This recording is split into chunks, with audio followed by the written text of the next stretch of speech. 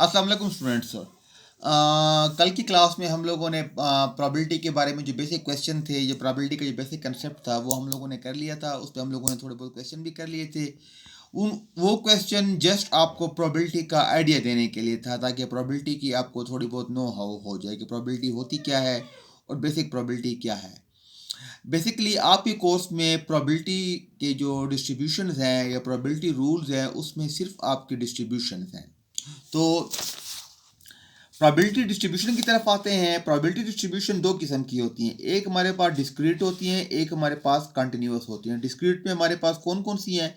Binomial distribution है, पाइसान है, hyper geometric है, नेगेटिव बाइनॉमियल डिस्ट्रीब्यूशन है, ज्योमेट्रिक डिस्ट्रीब्यूशन है।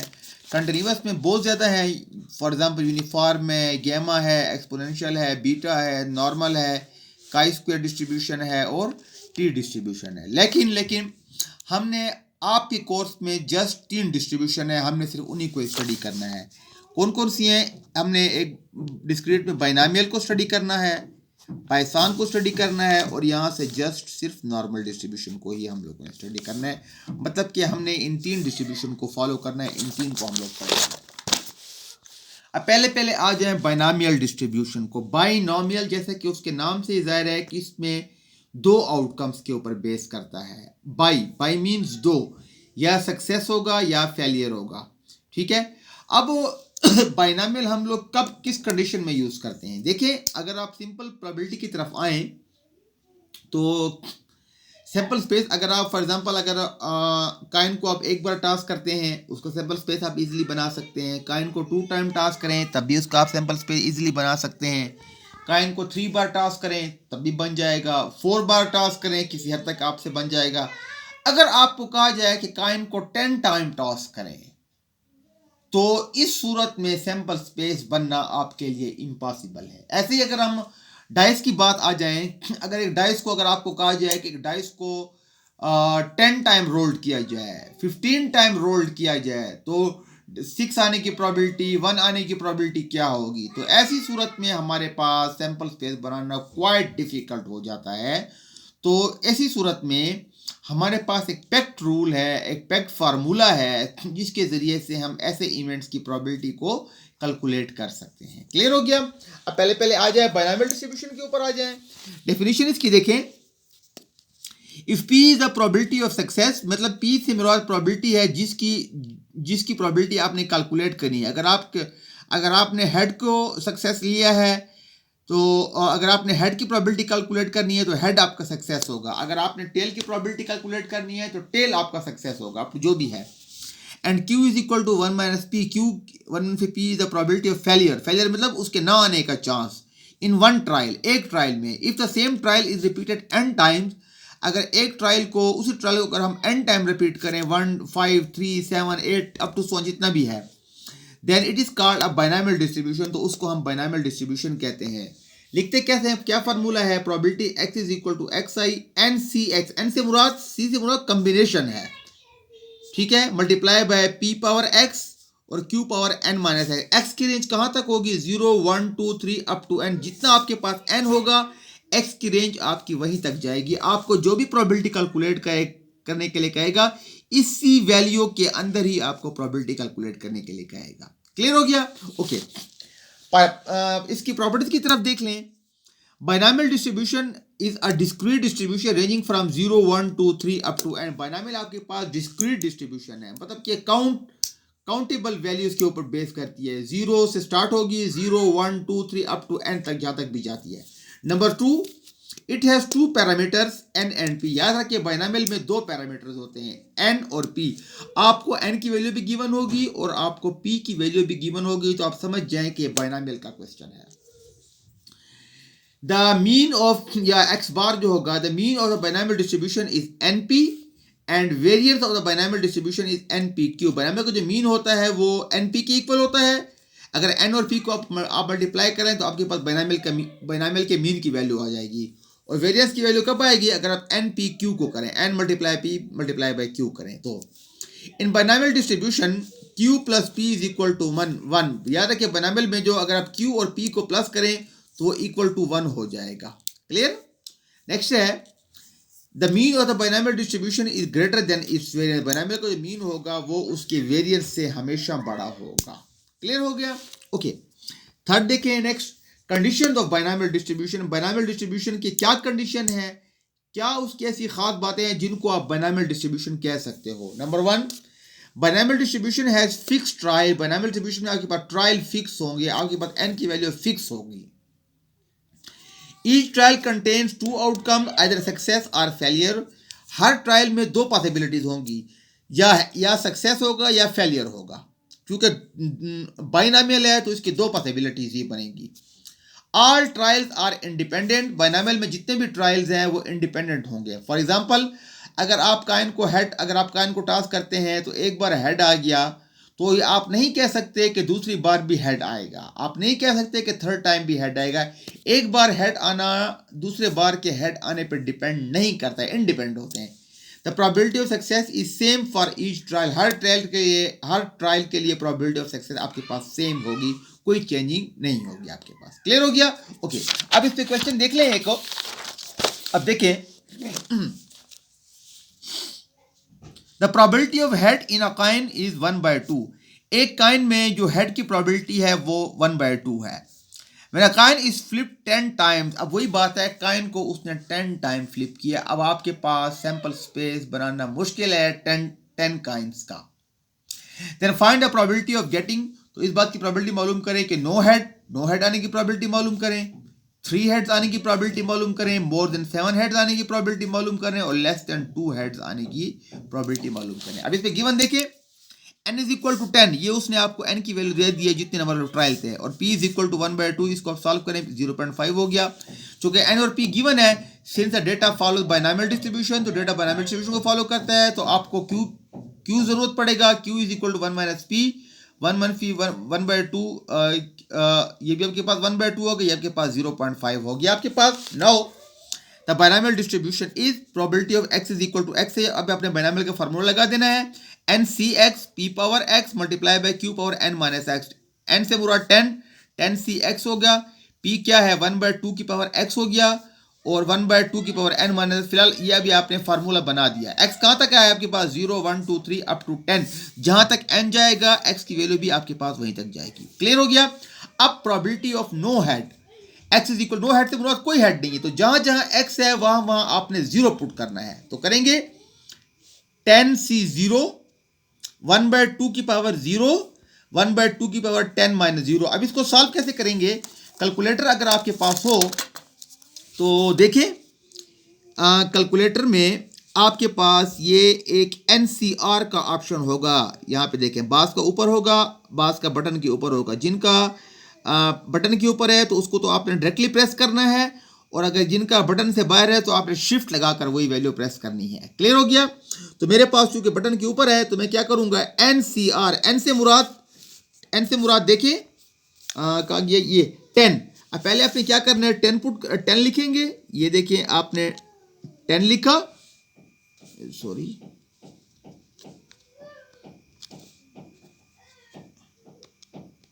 10, और NCR, ये आपका C आ गया, और R की वैल्यू क्या है आपके पास, X की वैल्यू क्या है आपके पास 0, ये आपने इधर 0 पुट किया। ये देखें, ये इक्वल टू 0 पुट किया तो आंसर क्या आया आपके पास 1 आ गया, ये आपने इधर 1 लिख लिया। क्लियर? 1/2 की पावर 0 किस चीज की पावर 0 होती है, तो 1 के इक्वल होगा आपके पास। 1/2 की पावर 10 - 0 10 हो गया।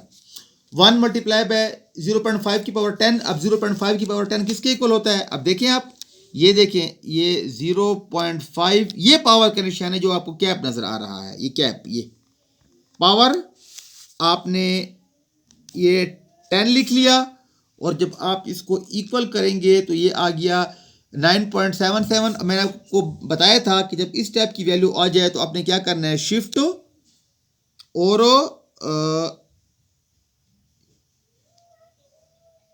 ENG, जब तक पावर 0 ना हो आपने शिफ्ट और ENG प्रेस करते जाना है। ये 0.00097, या आपके पास प्रोबेबिलिटी आ गई 0.0097 की केस के नो हेड आने की प्रोबेबिलिटी आपके पास आ गई। ऐसे ही 3 हेड्स, जहां जहां x है वहां पर आपने 3 पुट करना है, 10c3 1/2 पावर 3 1/2 पावर 10 माइनस 3। अब 10c3 वही बात है कैलकुलेटर में आपने क्या करना है, ये 10, ये आपने c और ये आपने 3, ये कितना आ गया आपके पास 120, ये आपके पास 120 आ गया। 0.5 की पावर 3 0.5 की पावर 10 माइनस 3 आपके पास 7 हो गया। क्लियर हो गया आपके पास। अब देखिए 120 आ गया आपके पास आ गया, और 0.5 की पावर 3 आपके पास करें तो ये आपके पास वही बात है कि 0.5, ये देखें वही कैप वाला तरीका, 0.5 ये उसकी पावर और ये 3, ये आपके पास कितना आ गया 0.125, ये आपके पास 0.125 हो गया, और ऐसे 0.5 की पावर 7 आ गया, आपके पास कितना हो गया 0.0078 हो गया। इनको आपने मल्टीप्लाई किया तो 0.1171 आ गया। ये आपके पास क्या है, नो हेड आने की, यानी कि एक्स 3 हेड आने की प्रोबेबिलिटी आपके पास आ गई। अब मोर देन 7 हेड, 7 से ज्यादा, 7 भी इंक्लूड नहीं है, 7 से ज्यादा है तो x is probability x greater than 7, और 7 से बड़े, 7 से आगे कौन सा है, जहां तक आपके पास n जाएगा वहीं तक आपने जाना है। तो x इज इक्वल टू 8 आएगा, 9 और 10, क्योंकि आपके पास n की वैल्यू 10 है तो वहीं तक ही आपने जाना है। तो पुट करें आप इसमें, पहले आपने फार्मूले में x is equal to 8 put करें, 10c8 1/2 की पावर 8 1/2 की power 10 minus 8, 10c9 1/2 power 9 multiply by 1/2 power 10 minus 9 plus 10c10 1/2 power 10 1/2 power 10 minus 10 हो गया।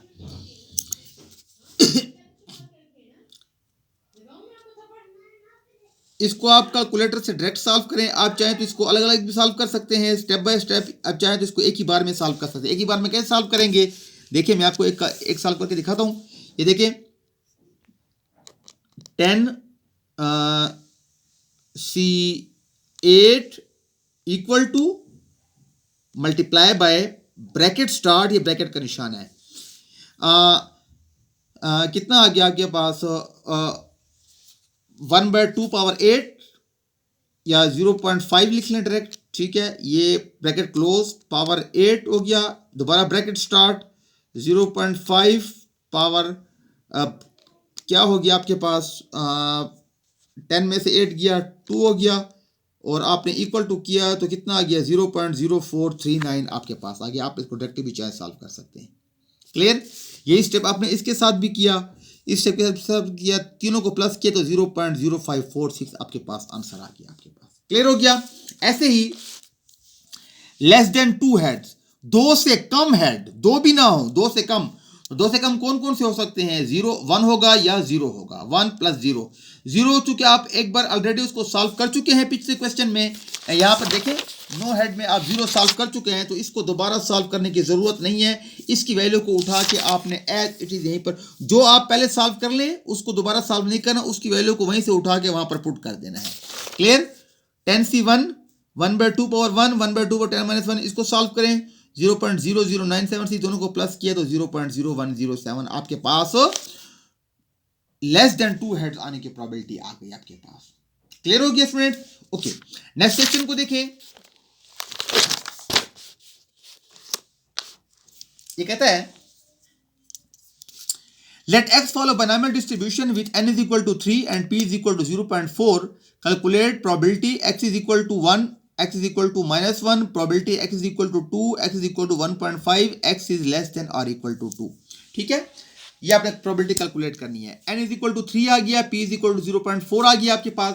डेटा फॉलो बाइनोमियल डिस्ट्रीब्यूशन, वही काम के q is equal to 1 minus p, क्योंकि बाइनोमियल में आपको जरूरत पड़ता है। q इज इक्वल टू 0.6 हो गया, बाइनोमियल का फॉर्मूला आपने लगाया। अब इसमें देखिए first x is equal to 1, जहां जहां x है वहां पर आपने 1 पुट करना है, 3c1 0.4 पावर 1 0.6 पावर 3 माइनस 1, इसको आपने सॉल्व किया 0.432 आपके पास आंसर आ गया। x इज इक्वल टू -1, अब यहां मैंने 0 क्यों लिखा है, देखें x की रेंज क्या है 0 1 2 3, यहीं पे यहां आपको कहीं पर -1 नजर आ रहा है, कहीं पर भी नजर नहीं आ रहा। आपको मैंने आपको पहले बताया था कि आपको जो प्रोबेबिलिटीज देगा वो इसी लिमिट के अंदर देगा। अगर इस लिमिट पे वैल्यू वो एग्जिस्ट नहीं कर रही तो इज इक्वल टू 0, वहां आपने 0 लिखना है। अब -1 आपको यहीं पर कहीं पर भी नजर नहीं आ रहा तो इक्वल टू 0 हो गया। Clear, x is equal to 2, तो करें इसको 3c2 0.4 पावर 2, 0.6 पावर 3 माइनस 2। आपने सब इसको सॉल्व किया कैलकुलेटर की मदद से, डायरेक्टली 0.228 आ गया। x इज इक्वल टू 1.5, ये भी जीरो है। वाई? इधर किधर भी आपको वैल्यूज में 1.5 नजर नहीं आ रही, क्योंकि ये पॉइंट वैल्यूज हैं। जो इधर एग्जिस्ट नहीं कर रही वो इक्वल टू 0 हो गया। अब x लेस देन और इक्वल टू 2, 2 और 2 से कम, 2 भी इंक्लूड है इसमें। तो 2 से कम कौन कौन से हैं? 2 भी है, 1 भी है और 0 भी है। x is equal to 0 put करें, फिर 1 पुट करें, फिर 2 पुट करें। ये ऑलरेडी आप सब सॉल्व कर चुके हैं।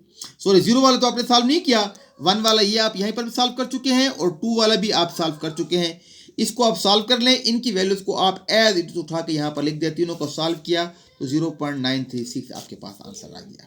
क्लियर हो गया? ओके, नेक्स्ट क्वेश्चन देखें। क्या कहता है? According to the WHO report, 3 out of 8 babies reach to the child bearing age. WHO की रिपोर्ट है कि एक खास कंट्री में हर 8 में से सिर्फ 3 बच्चे ऐसे हैं जो कि चाइल्ड बेयरिंग एज तक पहुंच जाती हैं। चाइल्ड बेयरिंग एज आपको पता है कि जब वो एक बच्ची जब एडोलेसेंस की एज पे पहुंच जाती है, जब वो एडल्ट हो जाती है, तो मीन्स वो बच्चे पैदा करने की कैपेबिलिटी रखती है, उसको हम चाइल्ड बेयरिंग एज कहते हैं। तो WHO की रिपोर्ट के मुताबिक एक कंट्री है, उसमें अगर 8 बच्चे पैदा होते हैं, 8 बच्चियां पैदा होती हैं, तो बच्चियों में से 8 में से सिर्फ 3 बच्चियां हैं जो कि चाइल्ड बेयरिंग एज तक पहुंच सकती हैं इन पाकिस्तान में। ठीक है। Now in a certain hospital if 5 babies born, अगर एक हॉस्पिटल है उसमें 5 बच्चियां पैदा हुई, then what is the probability? इस रेशो के मुताबिक आप प्रोबेबिलिटी मालूम करें। No will reach to the child bearing age, कोई बच्ची भी चाइल्ड बेयरिंग एज को नहीं पहुंचेगी। इस बात का क्या चांस है? ओनली 3 विल रीच, 3 बच्चियां पहुंचेंगी। At least 3 will reach to child bearing age, at most 2 will reach, between 2 to 4 will reach, both include, मतलब कि इसमें 2 और 4 भी इंक्लूड है। क्वेश्चन को देख लें इसमें। अब n is equal to 5, p is equal to 3/8। 3/8 क्यों है? क्योंकि उसने खुद प्रोबेबिलिटी दे दी 3 आउट ऑफ 8, तो 3/8 0.378। अब n भी गिवन है और p भी गिवन है, तो क्या करेंगे? Since data follows binomial distribution, डेटा आपका बाइनॉमियल डिस्ट्रीब्यूशन को फॉलो करता है, तो q is equal to 1 minus p solve किया आपने। अब वही बात, binomial p x equal to xi ncx p power x q power n minus s। पहले तो आप इसमें वैल्यूज पुट कर लें। 5cx 0.375 power x, 0.625 power 5 minus x equal to 0, 1, 2, 3 up to 5 तक आ गया। x इज इक्वल टू 0, जहां जहां x है वहां पर आपने 0 पुट किया। 5c 0, 0.375 पावर 0, 0.625 पावर 5 माइनस 0, इसको आपने सॉल्व किया तो 0.0954 आपके पास आंसर आ गया। No will reach. नंबर 2 क्या कहता है? तो ओनली 3 विल रीच, सिर्फ 3 बच्चे हैं चाइल्ड बेयरिंग एज को पहुंचेंगी। तो जहां जहां x है वहां पर आपने 3 पुट किया, तो 5c3 0.375 power 3, 0.625 power 5 minus 3 solve किया और ये आंसर आ गया। एटलीस्ट 3, एटलीस्ट का मतलब 3 या 3 से ज्यादा, 3 हो यानी कि कम से कम 3, ज्यादा जितने भी हो, तो 3 से ज्यादा कहां तक जाना है आपने? x is greater than equal to 3, तो 3 भी हो सकता है, 4 भी हो सकता है, और आपने 5 तक जाना है क्योंकि आखिरी रेंज 5 है। 3 आप पहले सॉल्व कर चुके हैं, आप उसकी वैल्यू को एज इट इज इधर लिख लें। 5c4 0.375 power 4, 0.625 power 5 minus 4 solve किया, 0.0618 आ गया। ऐसे ही 5c5 0.375 पावर 5, 0.625 पावर 5 माइनस 5, इसको सॉल्व किया 0.0074, और ये प्रोबेबिलिटी है एटलीस्ट 3 बच्चियों की। एट मोस्ट, ज्यादा से ज्यादा, कम जितने भी हों, तो x लेस देन और इक्वल टू 2, 2 या 2 से कम, 0, 1 और 2। 0 वाला आप ऑलरेडी सॉल्व कर चुके हो। 1 वाले को आपने x के ऊपर आपने 1 पुट किया, सॉल्व किया, 2 पुट किया, उसको सॉल्व किया, तीनों को प्लस किया, तो ये आपके पास आंसर आ गया। बिटवीन 2 to 4 बोथ इंक्लूड, मतलब इसमें 2 और 4 भी इंक्लूड हैं। 2 और 4 के दरमियान, 2 और 4 का, तो x इक्वल टू 2, 3 और 4। 2 भी आप ऑलरेडी सॉल्व कर चुके हैं, देखें। 3 भी आपने सॉल्व किया हुआ है, यहाँ पर देखें, ये 3 की वैल्यू आपके पास ये पड़ी हुई है, और 4 भी आप सॉल्व करो, तीनों को प्लस किया तो 0.611, ये बिटवीन 2 to 4 आने की प्रोबेबिलिटी है। क्लियर हो गया? नेक्स्ट क्वेश्चन को आप देखें, ये मैं आपको बना के दे रहा हूं, ये आपने खुद करना है। ये कहता है there is 60% chance that the एनियम एरबियम plant will grow in a certain soil. एक पौधे का नाम है एनोबियम एरोबियम, ये है, उसका 60% चांस है। जब जो चीज़ परसेंटेज में दे दी जाए तो समझ जाए कि वो प्रोबेबिलिटी का क्वेश्चन है। वो उसने पी दे दिया आपको कि वो एक सर्टेन सॉइल में ग्रो करेगा। लास्ट चांस यानी कि उन्होंने प्रीवियस रिकॉर्ड के मुताबिक बता दिया। The researcher has used certain soil, the researcher has used 12 seeds of certain plants. एक रिसर्चर ने क्या किया है, उसी पौधे के 12 सीड्स लिए हैं। And what is the probability, तो इस रेशियो के मुताबिक, इस प्रोबेबिलिटी के मुताबिक आपने बताना है नो प्लांट विल ग्रो, कोई प्लांट ग्रो नहीं करेगा, all the plant will grow, तमाम के तमाम प्लांट्स ग्रो करेंगे, between 7 to 10 plants will grow. अब इसमें 7 और 10 के दरमियान है, 7 और 10 इंक्लूड नहीं है इसमें, ठीक है। तो n इज इक्वल टू 12 हो गया, p is equal to 60%, 60 divide by 100 0.6, data follow binomial distribution, q is equal to 1 minus p हो गया आपके पास, सॉल्व किया, x nc(x) p power x q power n minus x आपके पास हो गया। इसमें 12cx 0.6 power x 0.4 power 12 minus x हो गया। x की रेंज कहाँ तक है, जहाँ तक आपके पास n जाएगा। तो पहले क्या है, no plant will grow, x is equal to 0, यहाँ पर आपने 0 पुट करना है। 12 प्लांट विल ग्रो, 12 के 12 ग्रो करेंगे। 7 to 10 प्लांट विल ग्रो, 7 और 10 के दरमियान, 7 और 10 इंक्लूड नहीं है, तो कौन कौन से हैं, 8 और 9 सिर्फ आपके पास 2 हो जाएंगे, उनको आपने प्लस करना है। क्लियर स्टूडेंट, तो आप इसको ट्राई करें। अगर आपको फिर भी कोई कंफ्यूजन हो, कोई प्रॉब्लम हो, तो आप उससे पूछ सकते हैं। इंशाल्लाह कल की क्लास में हम लोग पाइथन डिस्ट्रीब्यूशन के मुताबिक पढ़ेंगे और उस पर थोड़े से क्वेश्चन सॉल्व करेंगे। Thank you so much.